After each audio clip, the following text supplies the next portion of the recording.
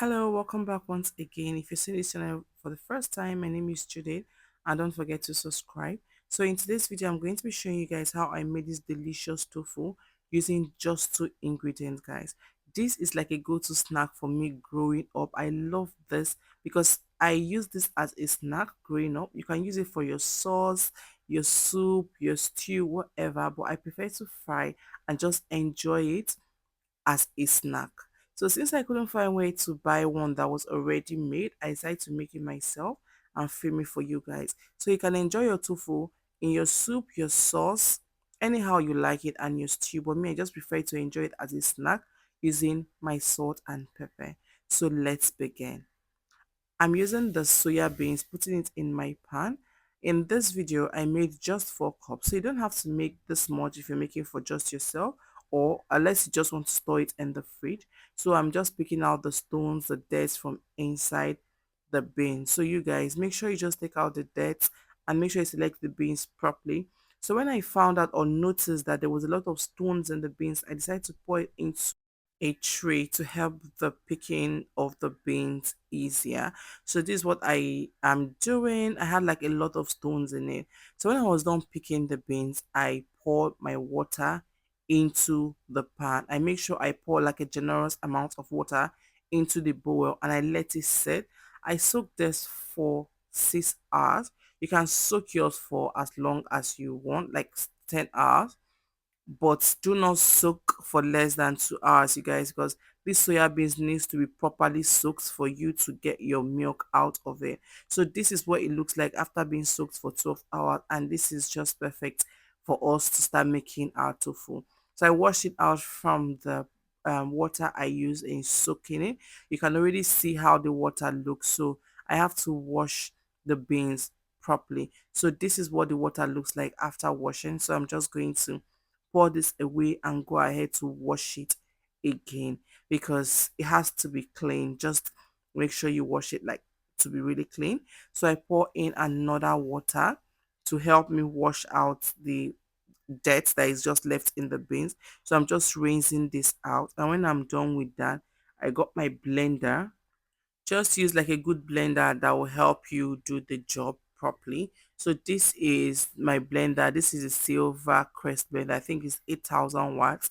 I pour the beans into the blender and pour like a generous amount of water into the beans. This is not even generous enough. As I was blending, I kept pouring water because you need a lot of water in your soya beans for you to be able to blend it properly and also get the milk out of the soya bean. So you don't want to let your milk get stuck into the chaff. So pour in a lot of water. Be generous with your water, you guys. So when I was done, I just blend everything and pour everything into a pan. In that pan, I had my cheesecloth in it.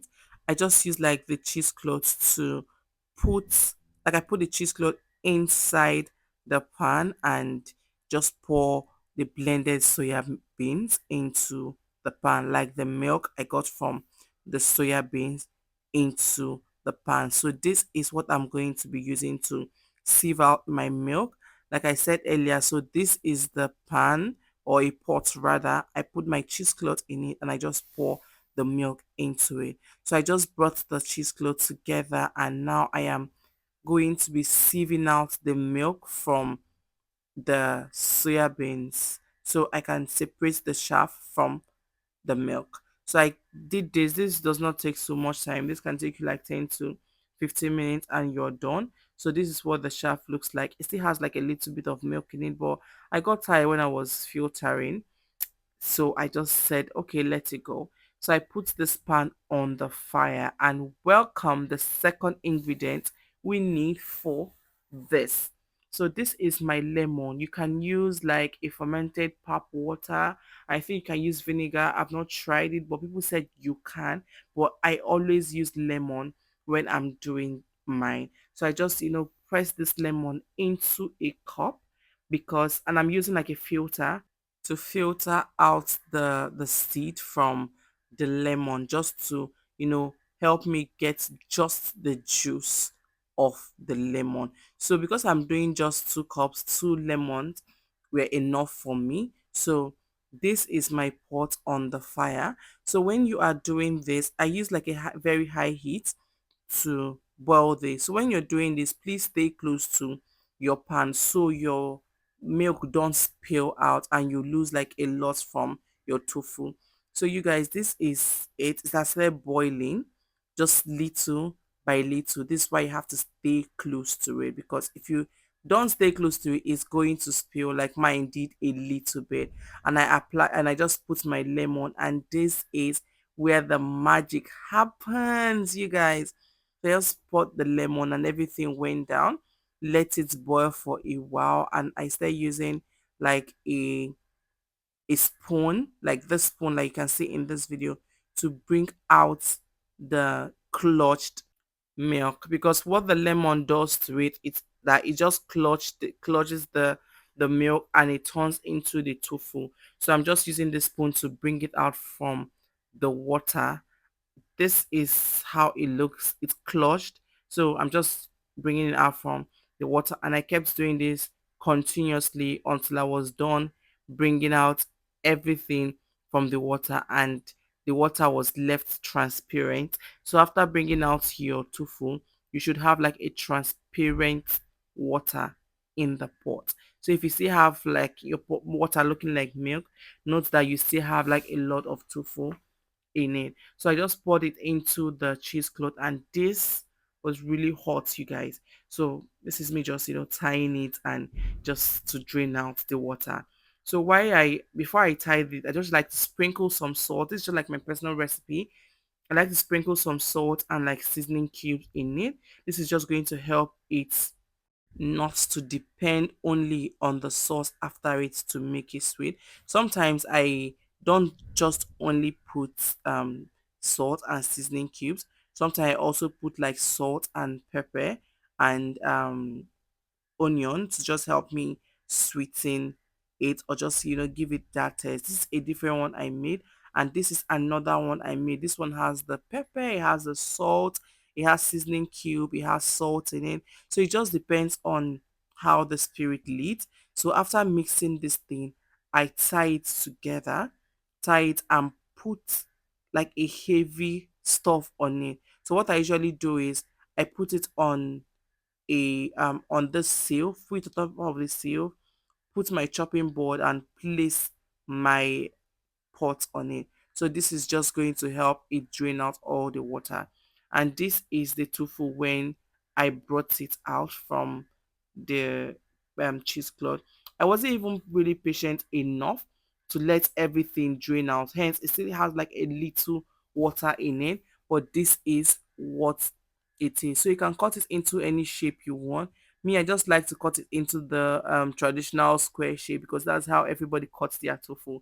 So on the fire, I have my pan and oil. I let this oil, it has to get hot. Like I said earlier, I prefer my tofu fried, and I eat it as a snack. I don't use it as a food.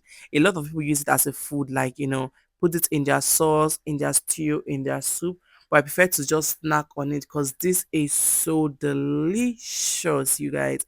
So I'm frying it right now for you to know that okay, it's time to take down your tofu. You guys, you have to let it get brown like this, or you can let it get browner. It depends on your choice. But as you can see, I still left mine on the fire because I want it to, get browner a little bit. So this is me bringing it out from the fire because I feel like okay, this is enough for me, you guys. So it was actually enough for me. And this is what my tofu looks like after frying. So you guys, you can make like a sauce to eat this thing with. You can just use it inside your stew, but I always prefer using my salt and pepper to just enjoy mine. So this is what it looks. It tastes delicious as it looks, because this looks really, really delicious. This is the one with just the salt and seasoning cube, and this is the other one that has the pepper and the onion in it, and this is the pepper and my salt by the side. This is so delicious, you guys. So let me know in the comment section if you're going to be trying this recipe, and I'll see you guys in my next one. Bye.